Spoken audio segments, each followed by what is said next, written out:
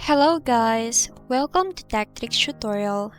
In today's video, I will show you how to add apps back to home screen on your iPhone. So without further ado, let's get started. If you have any apps that you accidentally remove on your home screen, you can easily bring it back. What you can do is go to your app library and just simply search for the app that you want to bring back and then long press and then drag it to your home screen.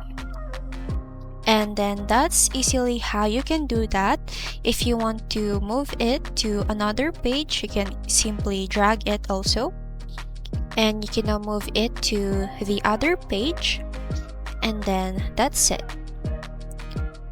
If you ever find this video helpful, don't forget to like, comment, share, and subscribe.